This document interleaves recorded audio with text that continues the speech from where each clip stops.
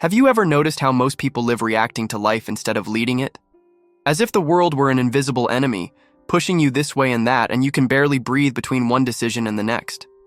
The truth is harsh. As you react, you lose control. As you react, you surrender your power to chaos. But there is a way out. There is a way to take control of your mind, your day, your life, and never again be dragged down by situations or people. Let's start with something few admit. Reacting is comfortable. Reacting is automatic. It's letting emotions, pressure, fear, or anger take over and dictate your actions. It's easy, but dangerous. Because while you react, you're never leading. You never create. You only respond. Leadership requires something many don't want: awareness, control, and the courage to make decisions before the world forces you to act. The first step to stop reacting and start leading is perceive the moment of reaction. Stop now and think. How many times have you responded to a situation without thinking? How many times have someone said something and you exploded, agreed without thinking, or gotten stuck in an anxiety that seemed bigger than you? Every automatic reaction is a brick in the wall that separates you from personal leadership. Recognizing this is uncomfortable, but necessary. Because no one changes what they can't see. The second step is create space between stimulus and response. Whenever something happens, there's an invisible choice between reacting and responding. A delay of just a few seconds. Taking a deep breath, feeling your body, observing your thoughts, can transform an emotional attack into conscious action. Think of it like braking a car before turning a dangerous curve. Without that space, you crash. With it, you control the direction, the speed, the outcome. The third step is master your emotions before they master you. Leadership isn't about the absence of feelings. It's about controlling how feelings influence your actions. Anger, fear, frustration, anxiety, they're like giant waves. If you let yourself get carried away, you sink. If you learn to surf them, they propel you forward. Simple techniques help. Deep breathing, naming the emotion, observing without judgment. Each time you do this, you strengthen your inner leadership and reduce automatic reactions. The fourth step is take full responsibility. While reacting is blaming the world, leading is accepting full responsibility. Every decision, every word, every action is yours.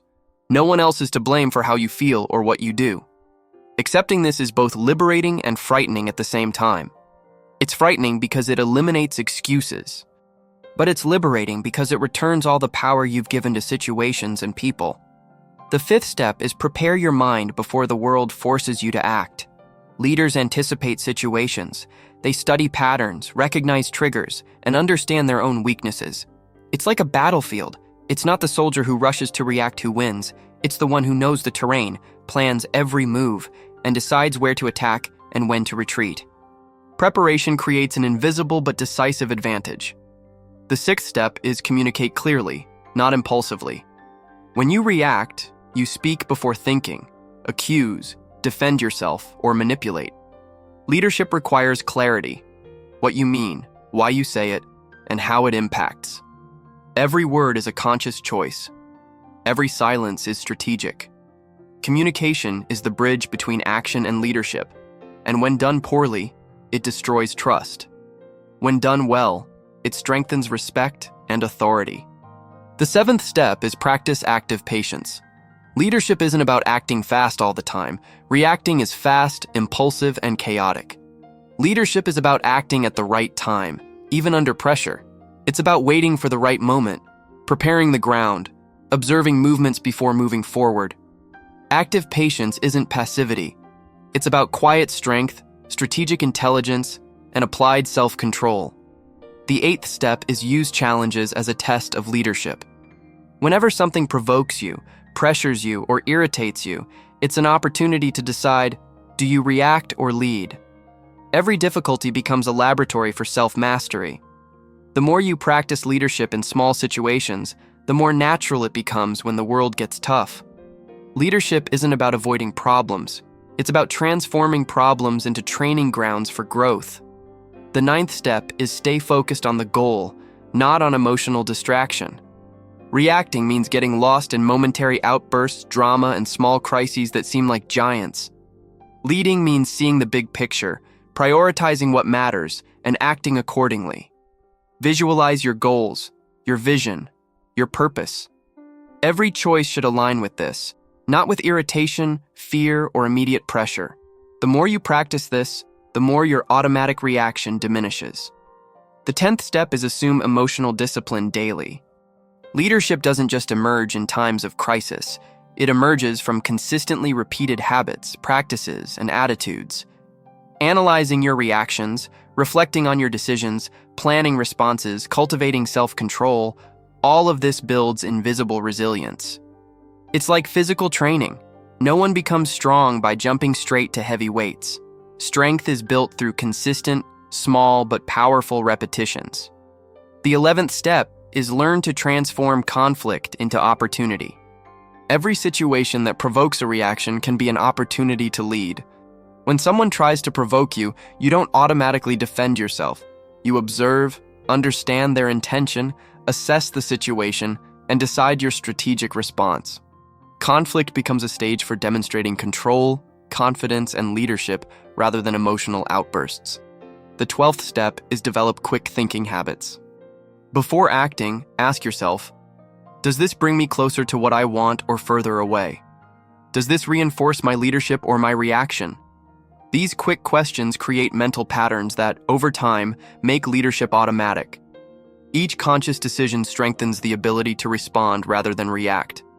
The 13th step is surround yourself with people who inspire leadership, not reaction. The human mind is shaped by its environment. If you spend time with people who react, complain, and get carried away by chaos, you absorb that. If you connect with those who lead, act with self-control, and plan before reacting, you internalize leadership patterns. Influence is more powerful than willpower. The 14th step is constantly review and adjust your choices. Every situation you faced, every reaction you avoided, or every conscious decision you made should be analyzed. The goal isn't to blame yourself, it's to learn. Leadership is continuous refinement. The more you review, the faster you learn, the more consistent you become, the more natural it becomes to respond rather than react. The 15th step is cultivate mental presence. Being present, attentive, aware of the moment, of your body, and of your emotions is essential. Reacting is automatic, mechanical, and unconscious. Leading requires presence.